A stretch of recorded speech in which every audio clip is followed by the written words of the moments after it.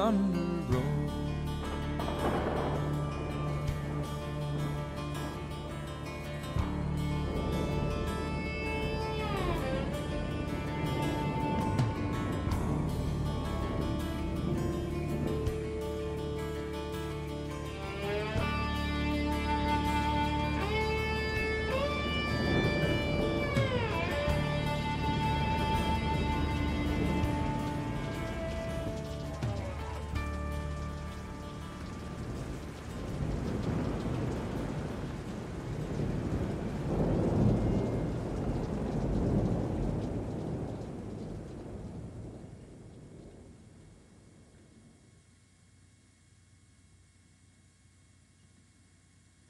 And welcome into Real Deal Sports Talk with KP. It is March 1st, 2020. That was Thunder Rolls by Garth Brooks. A little technical difficulty there, so we'll get to the whole song at the end of the show for sure. Don't know why it skipped to the end of the song there on the intro, but we were playing that song, as you can tell, because of what happened this week at the Garth Brooks concert. So we'll just jump right into it since, it fell apart there a little bit at the beginning. So we'll save it, get it going. We'll talk into the sports we're going to talk about today. But the Garth Brooks situation. He's performing in Michigan. He's wearing a Barry Sanders jersey in Michigan, silver jersey, white numbers, name Sanders on the back. And a number of the fans that saw this likened it to a Bernie Sanders 2020 endorsement from Garth Brooks. Cheers to Jack Daniel's Apple, by the way. But a nod to Bernie Sanders 2020. I guess if you're that politically charged, if you're that much of a sheep, if politics decide what type of person you are, then I guess I understand that reaction to his outfit. Outside of that, it's a little ridiculous. So I've loved the humor that have come out of it. I love the humor that even Barry himself has had, asking Garth if he wants to be his vice president. However, it's disheartening to see these examples over and over again, even with people that I consider friends, people within my family, where they have chosen this political side. And apply it to who they are as people. And I hope one day we can all as a whole, or as much as a whole, because really getting all groups of humans to do the same thing is never going to happen. We're too different.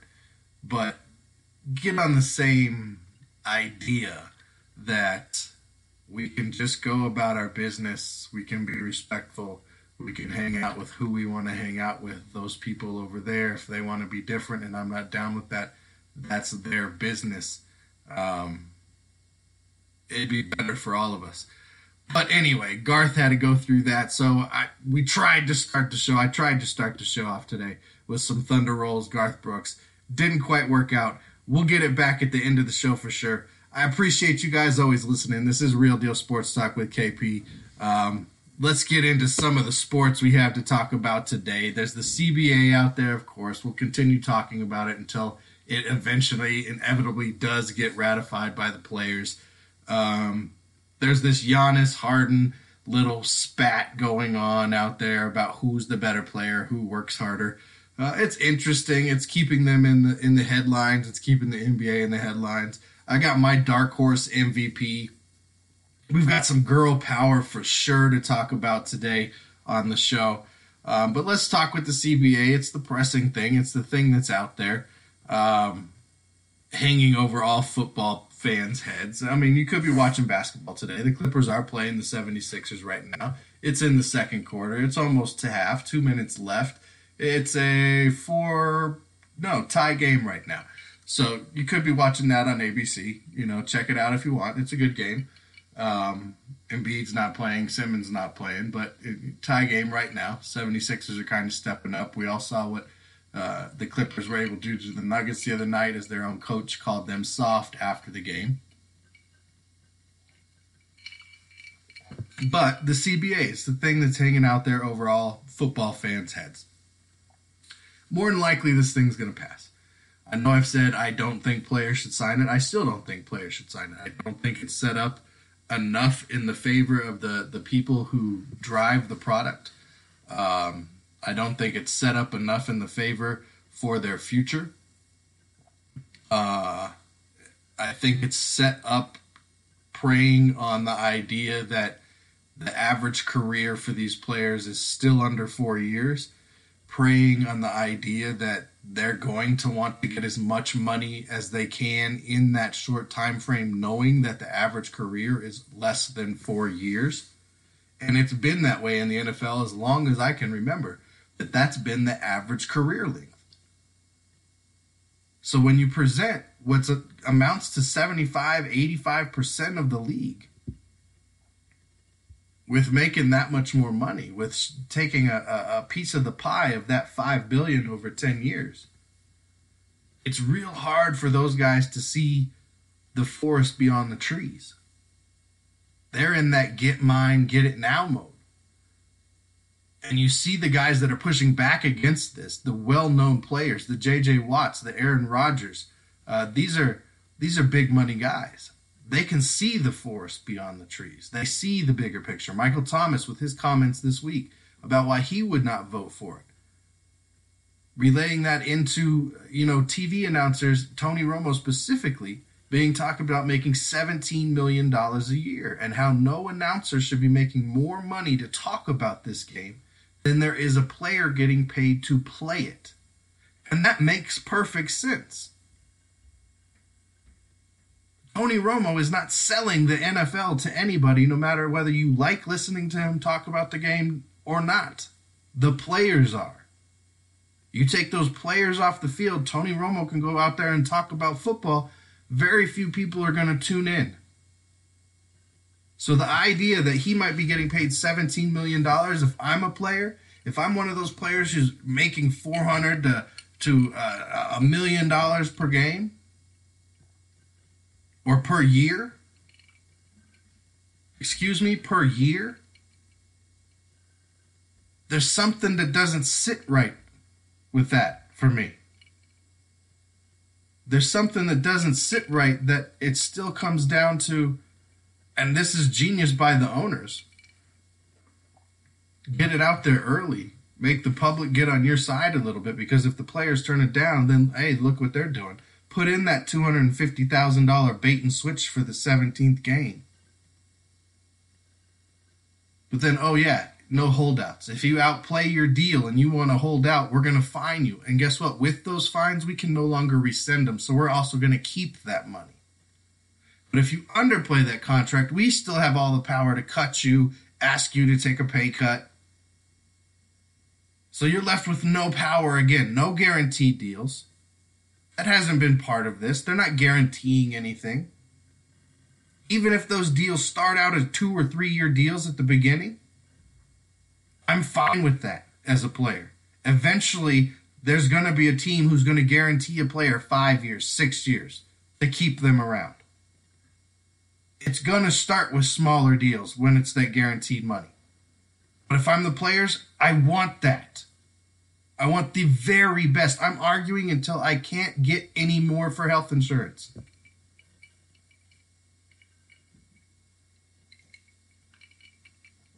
I want to continue adding into the retirement fund.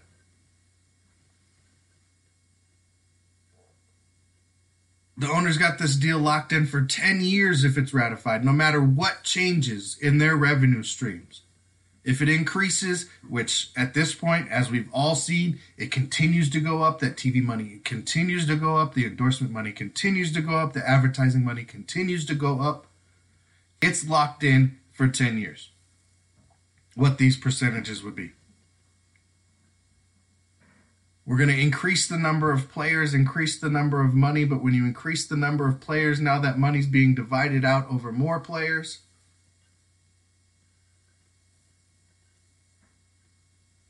And again, I understand they're making a lot of money. I hear this argument all the time from fans when listening to sports radio and when talking to people. It's like, oh, they make so much money.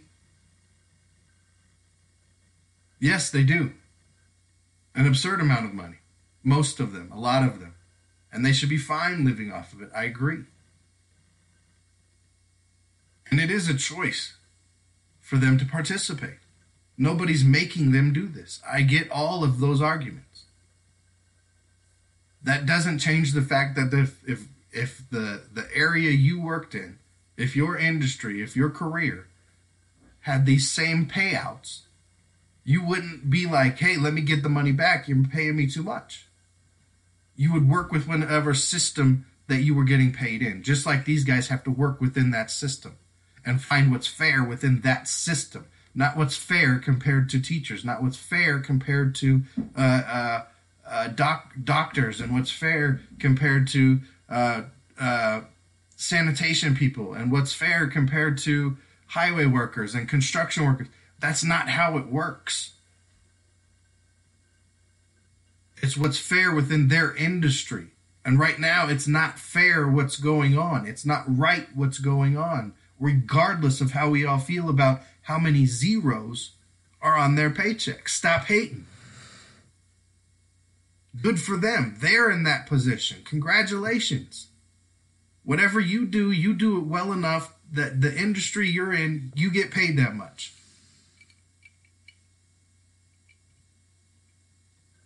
So no, I still don't think the players should sign this deal. I think they need to still press it.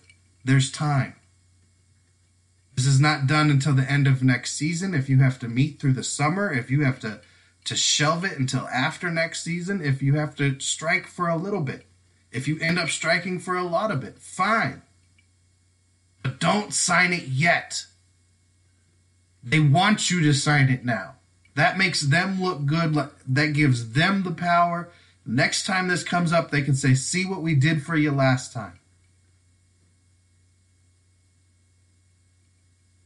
There's more to get to make the scale balanced, in my opinion. We'll see how it goes. I fully expect it to pass, though.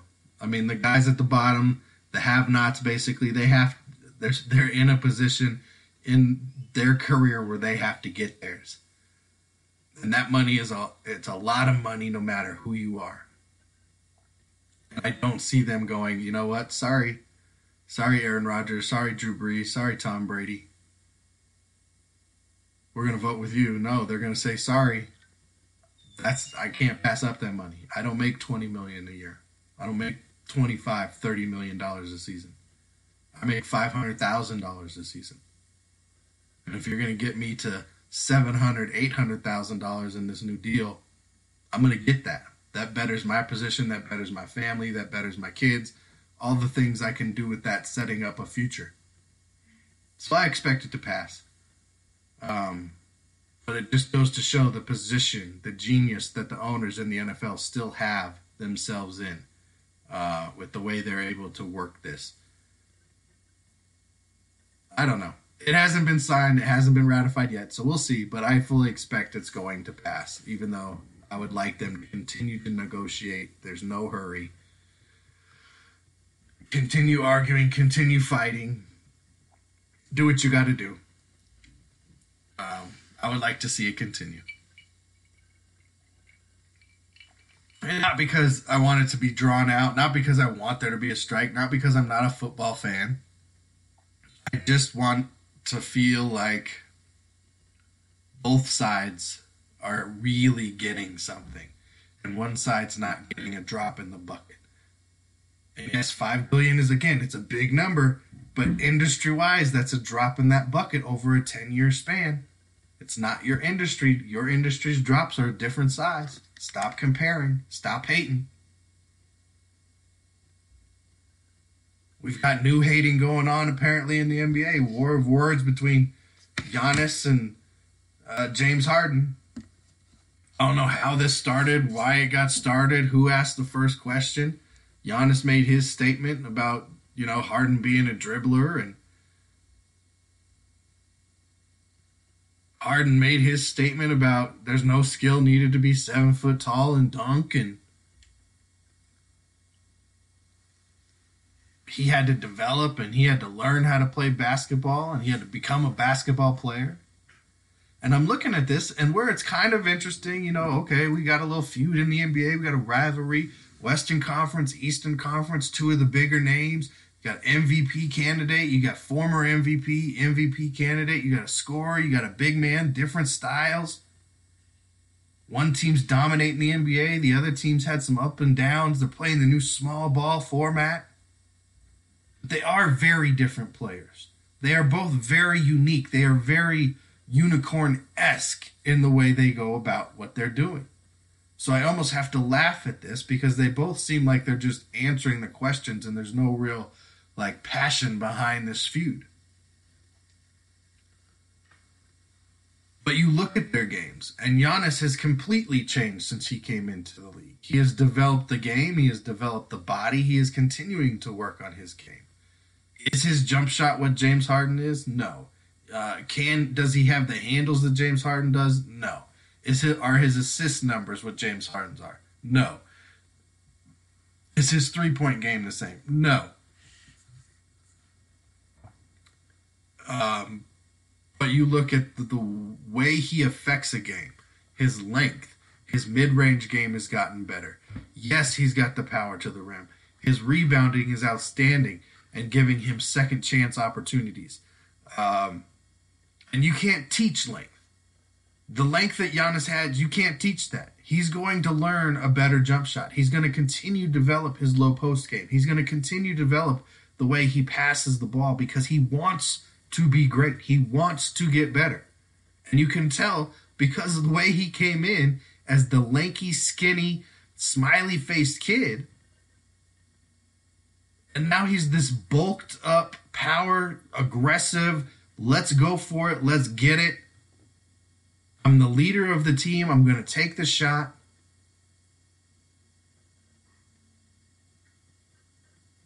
I'm one of the guys. We're doing our wrestling moves. He has completely developed into an NBA player. Harden has completely developed in his time in the league. His aggression, the different little nuances he's added to his game with the Euro step and the way he creates contact, the way he has found a way to make getting to the free throw line a skill. And he is a dribbler. He shouldn't, I got bad handles? That's not a knock. You tell me I'm a dribbler, great, I got good handles. That means I'm going to do circles around you. You got a problem. I'm in your head. But somehow this gets twisted into a feud. So I like the rivalry aspect that it seems like it's trying to be manufactured here between these two teams in different conferences. I just wish that there was something to it. If there was something that continued to show up on the court when Houston and Milwaukee played, and these two were going at it and back and forth, and the different styles were conflicting, and it was hard for both of them to, guard one another or something like that. But that's not the case. This was a case of somebody making a comment, it being interpreted one way, another comment being made, because it's okay, well, the way I'm interpreting that, I just don't see it that way. I don't see a lot of things the same way as other people. A lot of people probably don't see Chris Paul as being an MVP candidate. I do. Now, again, I'm going to get tore up by my NBA people. But look at what he's done with this team. Okay? No Russell Westbrook. No Paul George. Right? Oladipo, he's been sent out of town years ago. You're coming into a team that last year was not very good. This year was not expected to be in the playoff race at all, even with Chris Paul on it. In fact, most of us thought Chris Paul would get traded to OKC and then end up somewhere else, and that didn't happen. And he has this team in the thick of it. In the last few weeks, he's averaging 25 points a game. I know it's only 17 and a half on the season. He doesn't have the best numbers compared to Giannis, compared to LeBron, compared to James Harden. But you look at what he's dealing with, what he has on that team, who he has on that team. He doesn't have Anthony Davis. He doesn't have Chris Middleton. He doesn't have a Danny Green. He doesn't have Bledsoe. Right? LeBron's got those guys. Giannis got those guys. He doesn't have Westbrook.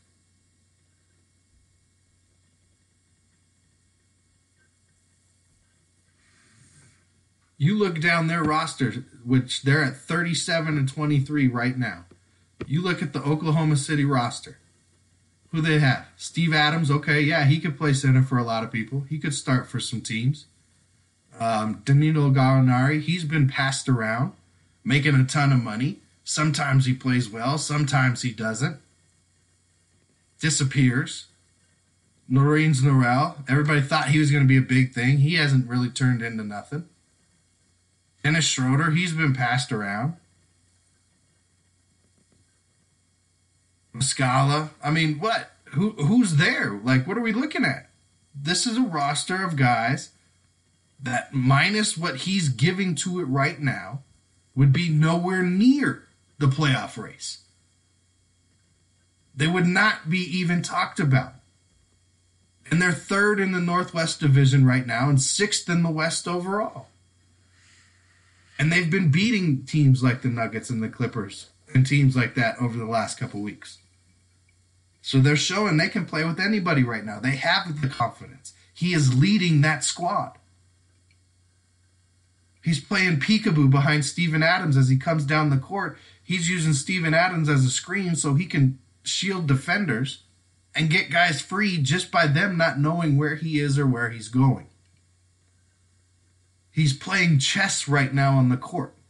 Some of the best basketball he's ever played. But he doesn't have all the other stars around him. He's in Oklahoma City. It's not a big market. So we're not going to give him the same kind of credit we're going to give Giannis in Milwaukee. Not a big market, but bigger name. Only 8 losses, 50 wins, looking like they're going to 70. Like LeBron James and the Lakers, like James Harden with the Rockets. Bigger market, stars all around. But you look at the basketball he's playing, the leadership he's providing, and what would happen if you take him off that team. He is 100% in the MVP conversation right now.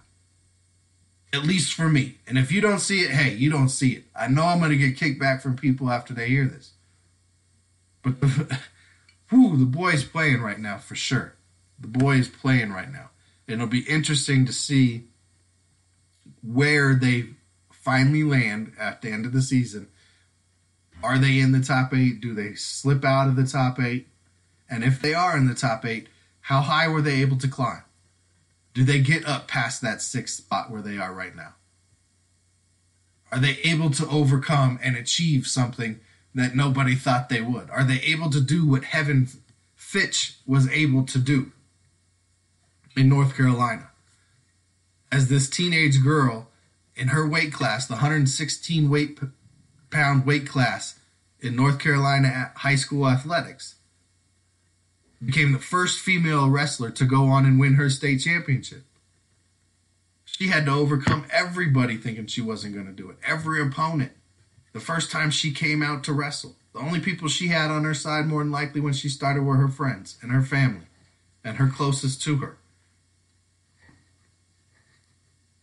And near the end of the match, some people thought it looked like she was about to lose. But in the last few seconds of the match, she was able to reverse, the situation, get on top, get control, get the points needed, and win the state championship. Determination, not giving up, working hard, not being scared. Using fear as a positive. Every time she got knocked down, she got back up. She did not let anybody deter her from what her goals were. Girl power, amazing. I love stories like this. Stories of overcoming obstacles. Doing something that nobody was giving you credit. Nobody thought you were going to be able to do. She won it with an 11-3 major decision. Now, I don't know a lot about wrestling, but a major decision sounds good to me. Again, she became the first female wrestler to win the individual state champions. There are, according to the North Carolina High School Athletic Commission, around 300 girls competing against the boys in wrestling in North Carolina. Heaven became the first one and the only one to be a state champion as an individual. It sounds like others might have been on a team that won a team title. And I think I said 116 pounds, 106 pounds, was the the weight class that she won. She said she just wrestled her best and kind of dominated the match, if she was being honest. When she was growing up, she watched her brothers compete, watching them in tournaments, and at 6 years old, she decided that's what she wanted to do. She just loved what she was seeing with them, and she wanted in. Obviously, her parents, the stigma there, her parents didn't want her to do it, but she says she's pretty sure that her parents didn't want her to get hurt, which is justifiable. There is that stigma there that we all have to come over, that somehow the girls are going to get hurt if they're competing with the boys. And that left Heaven feeling like, you know what, if they can do it, I can do it. And I should be able to do it. So I'm not going to let that stop me. Again, it didn't matter. Even though they supported her and they loved her, there still was that stigma there of, oh, can we? Should we protect? Do we need to protect? Well, apparently not. Because not only did she go on to get that state title, but she had a record of 54-4 this season. She dominated. And when it's one of these type of things where one-on-one competition, same weight class, same, age group, high school age group, middle school age group, whatever it is, why not open up that competition? It gets a little sticky in sports sometimes, breaking down some of those barriers.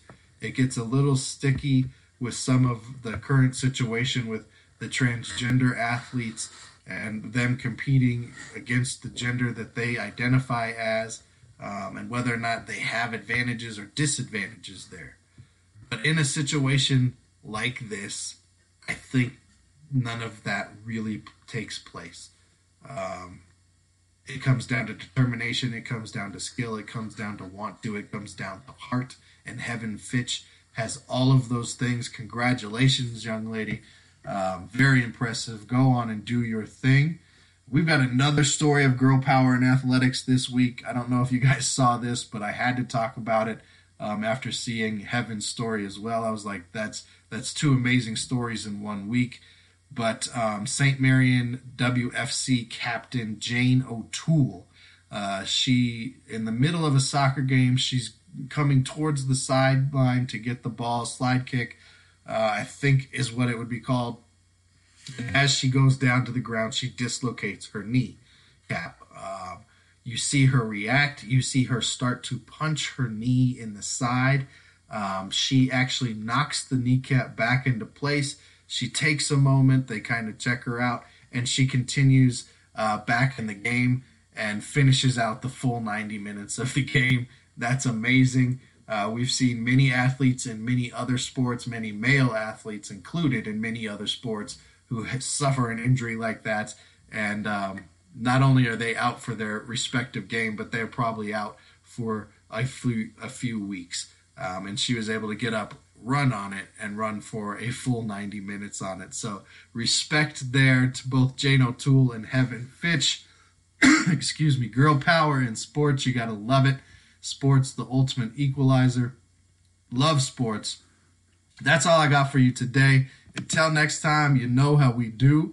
We will be going out with Garth Brooks, The Thunder Rolls. I'm going to let the whole song play, so just enjoy it, and we'll talk next time.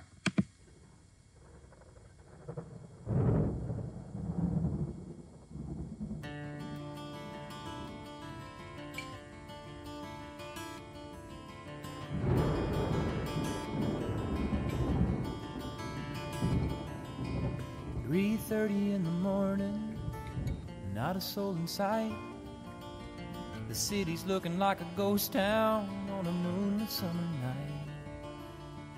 The raindrops on the windshield, there's a storm moving in. He's heading back from somewhere that he never should have been. And the thunder rolls, and the thunder rolls.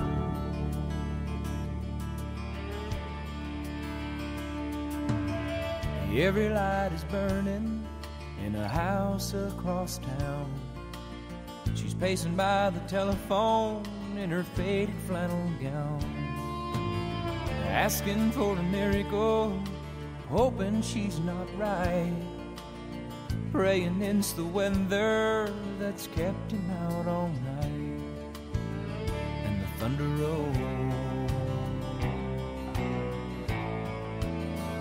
and the thunder rolls, the thunder rolls, and the lightning strikes.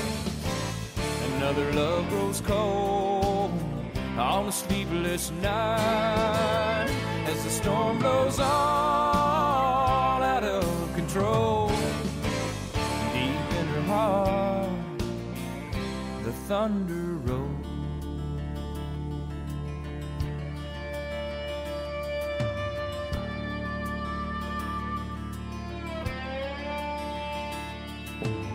She's waiting by the window when he pulls into the drive. She rushes out to hold him, thankful he's alive. But on the wind and rain, a strange new perfume blows, and the lightning flashes in her eyes, and he knows that she knows. And the thunder rolls, and the thunder rolls. Thunder rolls and the lightning strikes. Another love grows cold on a sleepless night, as the storm blows on out of control. Deep in her heart, the thunder